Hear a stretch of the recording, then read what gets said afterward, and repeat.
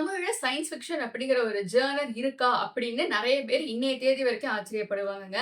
ஏன்னா 1970கள்லயும் 80கள்லயும் தான் தமிழ்ல சயின்ஸ் ஃபிக்ஷன் அறிவியல் சார்ந்த கதைகள வந்து கொண்டுட்டு வருவாங்க அப்படிங்கிற ஒரு ஐடியாவே அவங்களுக்கு வந்திருக்கு. ஏன், எதுக்கு, எப்படி அப்படின்ற அந்த 3 கேள்விகள் வர ஆரம்பிச்ச காலகட்டமும் அதுதான். அதுக்கு முன்னாடி வரைக்கும் வந்து ஒரு இலக்கியம் அப்படிங்கிறப்ப ஒரு கவிதை, சிறுகதை, ஏன் நாவல்கள், வார மாத இதழ்கள் அதெல்லாமே அந்த டயத்துல கொஞ்சம் பாப்புலர் ஆக ஆரம்பிச்சிருச்சு. ஆனாலும் அறிவியல் சார் கதைகள் அல்லது அறிவியல் புனைவு கதைகள் அப்படின்னும் சொல்லுவாங்க. இதெல்லாம் வந்து ரொம்ப ஸ்ட்ராங்கா எப்ப வந்துச்சு அப்படின்னா, தமிழ் எழுத்தாளர் சுஜாதா அவர்கள், சங்கர் சாருடைய நிறைய படங்கள்ல வந்து சார் தான் டயலாக்ஸ் எழுதியிருப்பாரு. சில படங்கள்ல வந்து கதைக்கும் ஹெல்ப் பண்ணியிருப்பாரு. சுஜாதா சார் வந்து எழுத ஆரம்பிச்சதுக்கு அப்புறமா தான், சயின்ஸ்ல வந்து இவ்ளோ விஷயங்கள கொண்டுட்டு வரலாமா? லேமேன் சாதாரண ஒரு மனிதனுக்கு கூட புரியிற மாரி வார்த்தைகள் எல்லாம் உபயோகிச்சு கதை சொல்றது தான் சுஜாதா சாருடைய ஸ்பெஷாலிட்டியே. இன்னைக்கு நம்ம வீடியோல வந்து தமிழ் சயின்ஸ் ஃபிக்ஷன் புத்தகங்கள் 5 பத்தி நம்ம பார்க்க போறோம். இதுல நான் வந்து ஒரே ஒரு டிரான்ஸ்லேட்டட் வொர்க் மட்டும் இன்க்ளூட் பண்ணியிருக்கேன். அந்த புத்தகம் வந்து ஆங்கிலத்துல இருக்கு. ஆனா தமிழ்லயும் வந்து அதே அளவுக்கு வித்து தீர்ந்திருக்கு. நான் முதல்ல சொல்லப் போற புத்தகம் வந்து சுஜாதா அவர்களுடைய விஞ்ஞான சிறுகதைகள் அப்படிங்கிற புத்தகம். நம்ம சேனல்ல சுஜாதா சாருடைய டாப் 10 புத்தகங்கள் பத்தி நான் பேசியிருக்கேன். லிங்க் வந்து ஃபர்ஸ்ட் கமெண்ட்ல குடுத்துறேன். உங்களுக்கு தேவைப்பட்டா செக் பண்ணிக்கோங்க. இந்த வீடியோல நான் விட்ட ஒரு 2, 3 புத்தகங்கள் கூட வந்து அதிலேயே இருக்கும். ஏன்னா இந்த வீடியோல நான் 5 மட்டும் தான் இன்க்ளூட் பண்ணியிருக்கேன். இந்த புத்தகம் நடிகலுமே வந்து 50 கதைகள் இருக்குங்க. ஒன்னொன்னுமே வந்து ஒரு ஒரு விஷயத்த எக்ஸ்ப்ளோர் பண்ணும். நம்ம இப்ப வந்து சொல்லிக்கிற ஒரு விஷயம், தமிழ் வந்து அழிஞ்சுகிட்டே இருக்கு. தமிழ வந்து பேசுறதுக்கு கூச்சப்படுறாங்க அப்படின்ட்டு. இந்த புத்தகத்திலே தமிழாசிரியர் அப்படிங்கிற ஒரு கதையில வந்து வருங்காலத்துல தமிழ் படிக்கிற ஆளுங்களே வந்து ரொம்ப கம்மியாயிட்டதாகவும், அந்த தமிழ் படிக்கிறதுக்கு அவர்கிட்ட ஆளுங்க சேரலைன்னா, அந்த துறையவே அவர் வந்து இழுத்து மூடிட்டு போகணும் அப்படிங்கிற மாரி ஒரு நிலைமை இருக்கும்னு சொல்லியிருப்பாங்க. இது வந்து ஒரு ஃபியூச்சரிஸ்டிக் வேர்ல்ட்ல நடக்கிறதுனால, தமிழ வந்து பயங்கரமா மாடிஃபை பண்ணியிருக்காங்க. இப்ப உங்களுக்கு இது புரியுதா அப்படின்னு கேட்கிறப்ப, அப்புரி அப்படின்னு சொல்லியிருக்காங்க. அப்படின்னா புரியலன்னு அர்த்தம். எல்லா வார்த்தைகளையுமே வந்து சுருக்கி, சுருக்கி வேற ஒரு மாதிரி உச்சரிச்சுட்டு இருந்திருக்காங்க. நம்ம இந்த காலத்துல பேசிக்கிட்டு இருக்க தமிழ அவங்க வந்து பழந்தமிழ் அப்படின்னு சொல்லியிருக்காங்க. அந்த பழந்தமிழ் தெரிஞ்ச ஆளுங்கலாம் அந்த காலத்துல ரொம்பவே கம்மியா தான் இருந்திருக்காங்க. இவருக்கு வந்து அந்த தமிழாசிரியருக்கு வந்து ஒரு சங்கடமான ஒரு சூழ்நிலை. யாருமே என்கிட்ட இப்ப தமிழ் படிக்க சேரலன்னா, நான் என்ன பண்றது அப்படின்னு யோசிக்கிறாரு. அப்ப அவர்கிட்ட 2 பேர் வந்து தமிழ் படிக்கிறதுக்காக சேர்றாங்க. இந்த அரகர தமிழெல்லாம் அவர் வந்து ஒரு பழந்தமிழா மாத்துறதுக்கு ட்ரை எல்லாம் பண்றாரு. ஒரு கட்டத்துக்கு அப்புறமா வந்து அந்த 2 பேருமே வந்து நிஜமாவே இவர்ட்ட தமிழ் படிக்க வந்த ஆளுங்க தானா? இல்ல வேற கிரகத்துல இருந்து வந்த ஒற்றர்களா? அப்படிங்கிற மாரி ஒரு ட்விஸ்ட்ட வச்சு கதை போகும். யயாதி அப்படிங்கிற இன்னொரு கதையில வந்து ஒருத்தருக்கு 65 வயசு ஆகுது. அவர் வந்து ஒரு மருத்துவர் கிட்ட போறாரு. அந்த மருத்துவர் வந்து சமீபத்துல தான் அது ஒரு விஷயத்துல சிக்கியிருப்பாப்ல.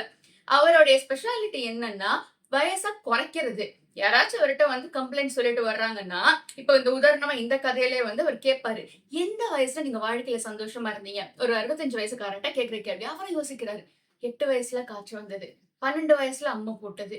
15 வயசு இல்ல. 30 வயசுல இவ கல்யாணம் பண்ணிட்டாங்கடா. இப்ப சந்தோஷமா இருந்தேன். 25 வயசுல சந்தோஷமா இருந்தேன். ஏன்னா நான் அப்ப வந்து அளவான புத்தகங்கள் படிச்சிருந்தேன். வேலை பார்த்துட்டு இருந்தேன். கார் வச்சுட்டு இருந்தேன். சரி அப்ப என்னோட 25 வயசுக்கு நீங்க குறைச்சிருங்க அப்படின்ட்டு. இதுல சைட் எஃபெக்ட்லாம் எதுவும் வருமா அப்படின்னு கேட்கிறப்ப, நான் சொல்ற மாதிரி நீங்க செஞ்சீங்கன்னா எந்த சைட் எஃபெக்ட்டுமே வராது அப்படின்னு சொல்லுவாரு. என்னென்ன சொல்லியிருப்பாருன்னா, மதுபானங்கள்ல இருந்தக்கூடாது, மாமிசம் தொடக்கூடாது, பெண் சுகத்துல இருக்கக்கூடாது இந்த மாதிரி விஷயங்கள்லாம். இதெல்லாம் நீங்க ஃபாலோ பண்ணீங்கன்னா எந்த பிரச்சனையும் வராது அப்படின்ட்டு.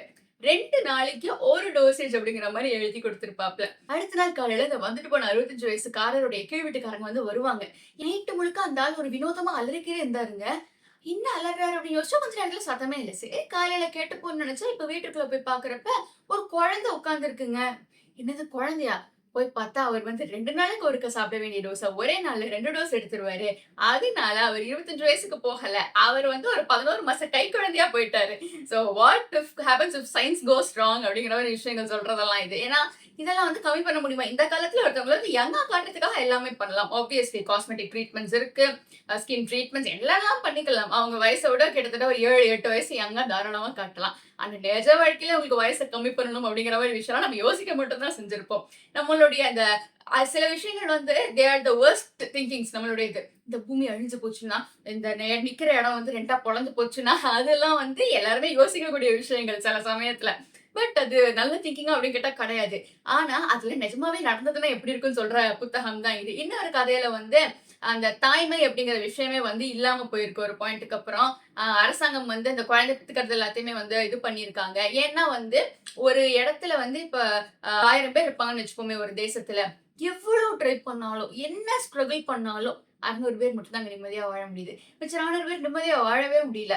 என்னமோ ஒண்ணு மிஸ் பண்றோமே அப்படின்னு இந்த கதையோட கதாநாயகி யோசிக்கிறா. அந்த கதாநாயகி வந்து டீச்சரா வேலை பார்க்குறா.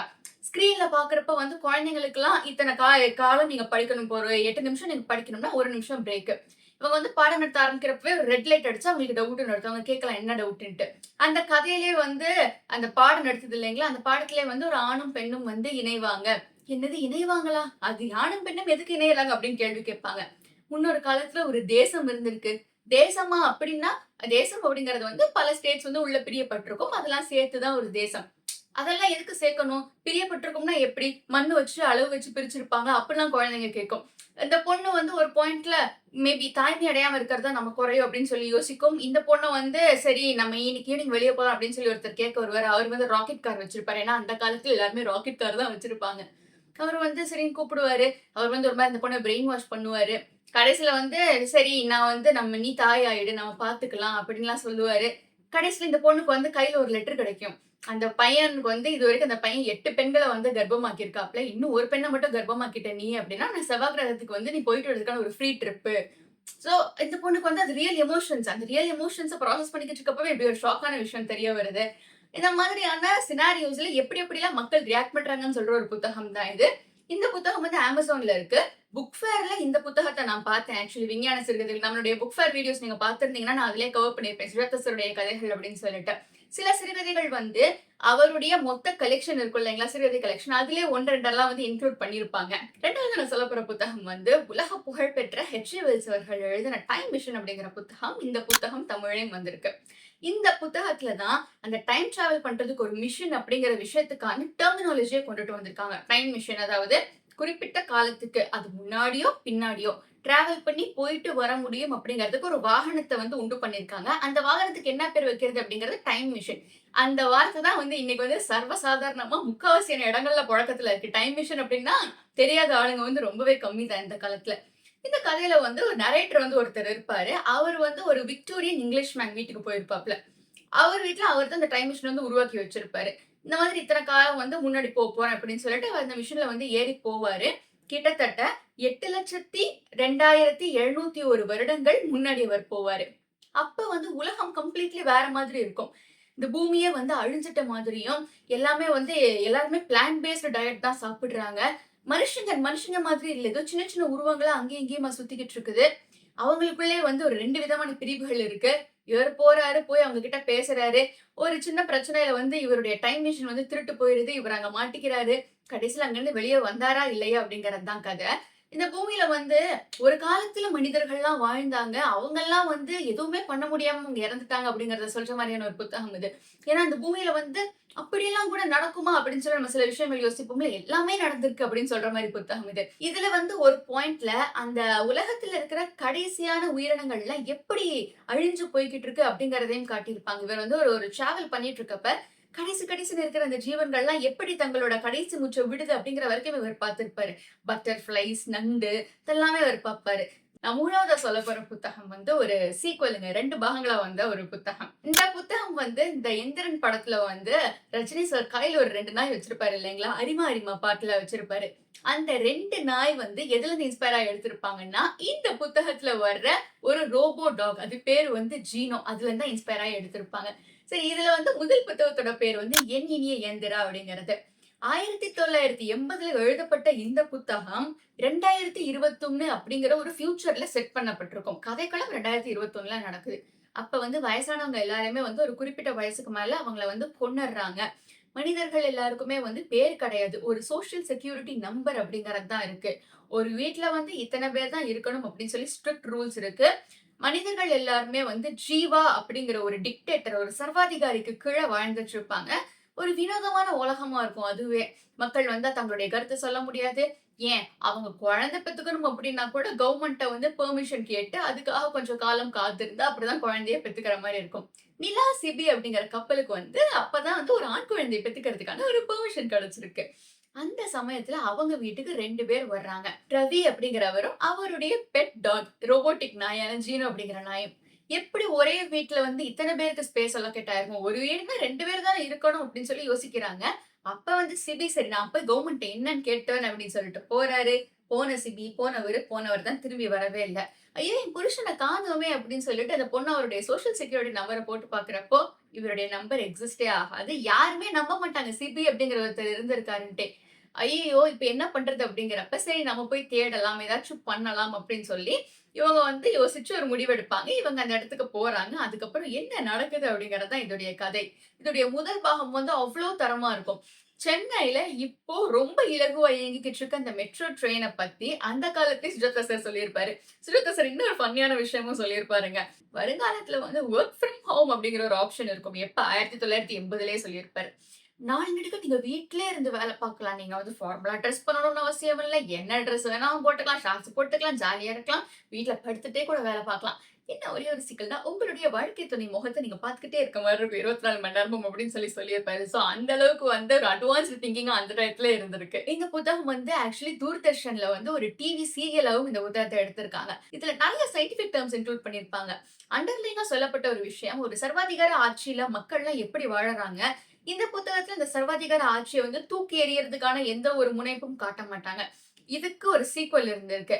அந்த புத்தகத்தோட பேர் வந்து மீண்டும் ஜீனோ அப்படிங்கிறது. இந்த கதையில என்ன ட்விஸ்ட்ன்னா, நிலா இருக்காங்க இல்லைங்களா? நிலா வந்து ஒரு ராணியா இருப்பாங்க. ஆனா அவங்க வந்து சும்மா பப்பெட் குயின் மாரி தான். சும்மா ஒரு ராணி அவங்க. பின்னாடி இருந்து அவங்கள இயக்கிக்கிட்டு இருக்கிறது வேற யாரோ.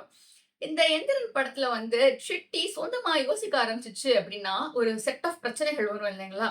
அந்த இன்டர்வென்ஷன் சீன்ல பிரச்சனையே இனிமே தான் ஆரம்பிக்க போகுதுன்னு சொல்லுவார்ல.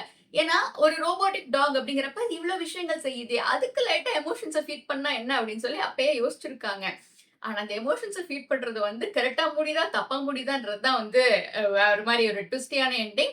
இந்த புத்தகம் வந்து பெரும்பாலான ஆளுங்களுக்கு வந்து அவ்வளோ சாட்டிஸ்ஃபேக்டரியா இல்ல. படங்களுக்கு வந்து சீக்வல் எடுத்து அதோடைய முதல் பாகத்தோட லெகசிய வந்து கெடுத்து விட்டுருந்தாங்க இல்லைங்களா? அந்த மாதிரி வந்து இந்த புத்தகத்தெல்லாம் எழுதல சில பேருக்கு பிடிச்சிருந்தது ஆனா. ஆனாலும் வந்து இந்த ஜீனோவ ஒரு மாதிரி இமேஜின் பண்ணிட்டு, இந்த மாதிரி பார்க்கறதுக்கு எல்லாருக்குமே வந்து ரொம்ப வித்தியாசமா இருந்திருக்கு. ஜீனோவோட முடிவும், அந்த எந்திரன் படத்துல வர சிட்டியோடைய முடிவும் வந்து கிட்டத்தட்ட ஒரே மாதிரி தான் இருக்கும். இந்த புத்தகத்துல சர்வாதிகார ஆட்சிய தூக்கி எறியறதுக்கு மக்கள்லாம் எப்படி இணையறாங்க அப்படிங்கிறதையும் சொல்லியிருந்திருப்பாங்க. நான் ஃபைனலா பேச போற புத்தகம் வந்து கொலையுதிர் காலம் அப்படிங்கிற புத்தகங்க. இந்த புத்தகத்துல வந்து ஹோலோகிராம், பயோமெட்ரிக்ஸ் அந்த விஷயங்கள் எல்லாம் வந்து அடிச்சு இறக்கி எக்ஸ்ப்ளோர் பண்ணியிருப்பாங்க. குமாரவியாசன் அப்படிங்கிற ஒருத்தர் இருக்காரு. அவர் வந்து லீனா அப்படிங்கிற பொண்ணுக்கு கார்டியனா இருக்காரு. எக்கச்சக்க சொத்து. என்ன சிக்கல் அப்படின்னா, பொண்ணுக்கு 18 வயசு ஆகுறப்ப தான் அந்த சொத்து வந்து நேரடியா அந்த பொண்ண மட்டும் தான் சேரணும். அந்த சொத்த வந்து பிரிக்கக் கூடாது. யாருக்கும் விக்கக்கூடாது. லீனாக்கு இன்னும் 18 வயசு ஆகல. லீனா வந்து 2 வருஷத்துக்கு முன்னாடி ஒரு கொலை பண்ணியிருப்பாங்க. அந்த கொலை வந்து ஒரு கிட்டத்தட்ட ஒரு வேம்பயர் மாரின்னு வச்சுக்கோங்களேன். அவங்க உடம்புக்குள்ள வந்து ஏதோ ஒரு சக்தி இறங்கி அவங்கள இந்த கொலைய பண்ண சொல்லியிருக்கும். கொலைய குமாரவியாசன் மூடி மறைச்சுருவாரு. ஆனா வந்து அவருக்கு ஒரு மாரி பயமாவே இருக்கும். 18 வயசுல இந்த பொண்ணுக்கு இந்த சொத்து போய் சேர்றப்ப ஏதாவது ஒரு பிரச்சனை கிளப்பிட்டு வந்துருவாங்களோ அப்படின்னு சொல்லிட்டு, சுஜாதா அவர்களுடைய ஆஸ்தான லாயர்ஸான கணேஷ் வசந்த் அவர்கள வந்து கூப்பிடுவாரு. கணேஷ் வசந்த் அவர் 2 பேருமே வந்து சுஜாதா கதைகள்ல வந்து ரொம்ப இன்ட்ரஸ்டிங்கா வரக்கூடிய கேரக்டர்ஸ். ஒரு பாஸ், அவருக்கு கீழ வேலை செய்ற ஒரு ஆளு. இவங்க 2 பேரும் வந்து சேர்ந்து நெறைய மிஸ்டரீஸ சால்வ் பண்ணியிருப்பாங்க. 2 பேருக்குமே வந்து ஒரு ஒரு விதமான திங்கிங் இருக்கும். அதான் ஹைலைட்.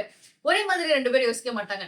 அவர் வந்து லெஃப்ட் போனா, இவர் வந்து ரைட் போவாரு. பட் அந்த விஷயம் தான் வந்து அவங்க 2 பேரையுமே வந்து ரொம்பவே ஒரு பேலன்ஸ்டா வந்து எடுத்துட்டு போகும். இவர் வந்து கூப்பிட்டு பேய், பிசாசுன்லாம் சொல்றப்ப, அவங்களுக்கெல்லாம் என்னது பேயா? பிசாசா? ஏங்க உளறுறீங்க? அப்படிங்கிற மாரி இருக்கும். இனிஷியலா அவங்களுக்கு குமாரவேசன் மேல தான் டவுட் வரும். இந்த ஆள் தான் ஒரு வேள கொலைய பண்ணிட்டு அந்த புள்ள தலையில பழிய போடுறாரோ அப்படின்னு சொல்லி யோசிப்பாங்க. ஒரு பாயிண்ட்ல வந்து இவங்களுக்கு குமாரவேசன் மேல மட்டும் தான் சந்தேகமா இருக்கு. ஒரு கட்டத்துல இவங்க அந்த நேருக்கு நேரா ஒரு உருவத்த பாக்குறாங்க. அதுக்கப்புறமா 2 பேருக்குமே சொன்ன மாதிரி வேற வேற திங்கிங். கணேஷுக்கு வந்து பேயாவது, பிசாசாவது மண்ணாங்கட்டியாவதுன்னு போவாரு. வசந்த்க்கு வந்து, "யோ! பேய், பிசாசெல்லாம் இருக்குங்க. ஏங்க என்னங்க இதெல்லாம்?" அப்படின்ற மாரி பயப்படுவாரு. ஒரு பாயிண்ட்ல குமாரவியாசர் அவர்களும் இறந்துருவாரு. ஆனா லீனா வந்து பயங்கர இன்னசென்ட்டான பொண்ணு. இந்த லீனாவ வச்சு வந்து பயங்கரமா அந்த டிஸ்கிரிப்ஷன்ஸ்லலாம் வந்து ரொம்ப இதா சொல்லியிருப்பாங்க. ஸ்ருதா சாரோட சில கதைகள் வந்து ஆப்வியஸ்லி ஏ ரேட்டடா தான் இருக்கும். அவருடைய இந்த மெக்சிகன் சலவைக்காரி அப்படிங்கிற ஒரு ஜோக் வந்து ஒரு பயங்கரமான ஏ ரேட்டட் ஜோக்கு. அந்த சிவத்த சார படிச்சவங்க எல்லாருமே அந்த ஒரு ஜோக்க வந்து மென்ஷன் பண்ணாம இருக்கவே மாட்டாங்க. அந்த ஜோக் வந்து ஆப்வியஸா எல்லாருக்குமே தெரிஞ்சிருக்கும். அது சொல்ற மாதிரியான ஜோக் கிடையாது. இட்ஸ் நாட் லைக் அந்த அந்த ஜோக் வந்து நம்ம சப்போர்ட் பண்றோம் அப்படிலாம் கிடையாது. அந்த ஒரு டயத்துல வந்து அந்த ஜோக் பயங்கர பாப்புலர். இப்பலாம் வந்து it will be called out, it will be cancelled definitely. அது ஒரு தப்பான ஜோக்கு. அப்ப படிக்கிறப்ப எல்லாருக்கும் பயங்கர சிரிப்பா இருந்தது 1980ஸ்ல. இதுக்கப்புறமா அந்த கதையில வந்து என்ன நடக்குது? இந்த சயின்டிஃபிக் டெர்ம்ஸ் எல்லாம் சேருதா? இல்ல இந்த சயின்டிஃபிக் டெர்ம்ஸ் பொருந்தாம நிஜமாவே இவங்க சொல்ற மாரி பேய், பிசாசு அதெல்லாம் உள்ள வருதா? அப்படிங்கிறது தான் ஒரு எண்டிங். எண்டிங்ல வந்து ஒரு பயங்கரமான ட்விஸ்ட் எல்லாம் வேற வச்சிருப்பாங்க. நமக்கு வந்து ஊடால ஒரு கேரக்டர இன்ட்ரோடியூஸ் எல்லாம் பண்ணுவாங்க. நமக்கு வந்து அந்த ஒரு கேரக்டர் மேல டவுட்டே வராது நமக்கு. சுத்தமா டவுட் வராது நமக்கு. ஆனா, அந்த ஒரு பாயிண்ட்ல வந்து அந்த கேரக்டர் தான் எல்லாத்தையுமே பண்ணுச்சோ அப்படின்னு நம்மளே வந்து கிட்டத்தட்ட நம்பலாம் வச்சுருவாங்க. ஸோ ஒரு மல்டிபிள் பிஓவில இந்த கதை போகும்னே சொல்லலாம். நார்மலான கதை தான். ஒருத்தரும் வந்து அந்த யோசிக்கிறது, இவங்க இப்படி யோசிக்கிறது, அவங்க இப்படி யோசிக்கிறது எல்லாமே வந்து ரொம்பவே அழகா மிக்ஸ்அப் பண்ணி சொல்லியிருப்பாங்க. இதுவும் வந்து ஒரு சூப்பரான புத்தகம். பட் இதுக்கும் அந்த படத்துக்கும் எந்த சம்மந்தமும் இல்லன்னு நான் நெனைக்கிறேன். ஒரு படம் வந்தது ஆக்சுவலி 2 டூ 3 இயர்ஸ் பேக் இதே டைட்டில் வச்சு. நான் இந்த கதைய தான் படமா எடுத்திருக்காங்க போல இருக்குன்னு நெனச்சேன். But the movie didn't go well. ஆனா பார்த்த நெறைய பேர் வந்து, "இல்ல, இல்ல இதுக்கும் அதுக்கும் சம்மந்தமே கிடையாது. நான் வந்து கொலையுதிர் காலம் அதுன்னு நெனச்சு தான் போய் பார்த்தேன். ஆனா இது வந்து வேற மாதிரி இருக்கு." அப்படிங்கிற மாரி சொல்லியிருந்தாங்க. நீங்க அந்த படம் பார்த்திருந்தீங்கன்னா சொல்லுங்க. 2க்குமே வந்து சிங்க் ஆகுது. 2 கதையுமே ஒண்ணு தான்னு சொல்லிட்டு நான் பார்த்தது கிடையாது. ஸோ இதுதான் வந்து 5 தமிழ் சயன்ஸ் ஃபிக்ஷன் புத்தகங்கள். நமக்கு வந்து சில டயத்துல நம்ம நாவல்கள் படிப்போம், கிரைம் புத்தகங்கள் படிப்போம். ஆனா, நம்மள யோசிக்க வைக்கிற மாரி சில புத்தகங்கள்னு இருக்கு இல்லைங்களா? அந்த புத்தகங்கள்லாம் டெஃபினட்டாவே இதுதான். நமக்கு இந்த புத்தகங்கள இப்ப படிக்கிறப்ப பிரமிப்பு வந்து அதே அளவுக்கு இருக்குமா? அப்படின்னா டவுட்ஃபுல் தான். ஏன்னா, பயோமெட்ரிக் அப்படிங்கிறது இந்த காலத்துல நார்மலா எல்லாருமே யூஸ் பண்றது தான். இந்த வேலைக்கு போறவங்க எல்லாருக்குமே தெரிஞ்சிருக்கும். பயோமெட்ரிக் எவ்ளோ இம்பார்ட்டன்ட் அப்படின்னு சொல்லிட்டு. ஆனா, அந்த காலத்துல அந்த கையெழுத்து மட்டுமே இருந்த காலகட்டங்கள்ல, பயோமெட்ரிக் அப்படின்னு ஒரு விஷயம் இருக்கா? அப்படின்னு சொல்லி நெறைய பேர் வந்து ரொம்ப வாய பிளந்தெல்லாம் பார்த்தாங்க. அந்த பிரமிப்பு வந்து நம்ம அந்த காலத்துல இது எழுதப்பட்டிருக்கு அப்படிங்கிறத மனசுல வந்து ரொம்ப திண்ணமா பதிய வச்சுக்கிட்டு பார்த்தா டெஃபினட்டாவே இருக்கும். பட் நம்ம இந்த காலத்த வச்சு பார்க்கிறப்ப, என்ன ஹோலோகிராமா? ஓகே. லேசரா? ஓகே. நமக்கு இப்படி போறப்ப நமக்கு வந்து கொஞ்சம் டிசப்பாயின்ட்மென்ட்டா தான் இருக்கும். என்னது இதெல்லாம் சொல்லியிருக்காய்ங்க அப்படின்ட்டு. பிகாஸ் இந்த சில ரிவ்யூஸும் வந்து நான் பார்த்திருக்கேன். Goodreadsலலாம் சில ரிவ்யூஸ் இந்த மாதிரியும் நான் பார்த்திருக்கேன். என்னது மேபி ஐ டோன்ட் நோ. இப்போ லேட்டஸ்ட்டா இருக்கிறவங்களுக்கெல்லாம் வந்து அது அவ்வளவா ஜெல் ஆகல போல இருக்கு. பட் எனக்கே அது ஷாக்கிங்கா தான் இருந்தது. பெரும்பாலும் இந்த சயன்ஸ் ஃபிக்ஷன் புத்தகங்கள் இந்த 5 புத்தகங்களுக்குமே வந்து நெகட்டிவ் ரிவ்யூஸ் எல்லாம் கிடையாது. அந்த ஒரு புத்தகத்துக்கு வந்து ஊடால ஒரு மாரி மிக்ஸ்ட் அப்பா இருந்தது. பட் அதுவும் டெஃபினட்டா நெகட்டிவ் கிடையாது. ஸோ இந்த புத்தகங்கள பத்தி நீங்க என்ன நினைக்கிறீங்கன்னு சொல்லுங்க. நீங்க சயன்ஸ் ஃபிக்ஷன் புத்தகங்கள் படிப்பீங்களா? உங்களுக்கு அந்த பிரமிப்போட அளவு எப்படி இருந்ததுன்னும் சொல்லுங்க. அண்ட் நம்ம சேனல வந்து லைக் பண்ணிக்கோங்க, ஷேர் பண்ணிக்கோங்க, comment, subscribe to our channel. நம்ம Instagramலயும் ஃபாலோ பண்ணிக்கோங்க. Thanks for choosing to watch this video.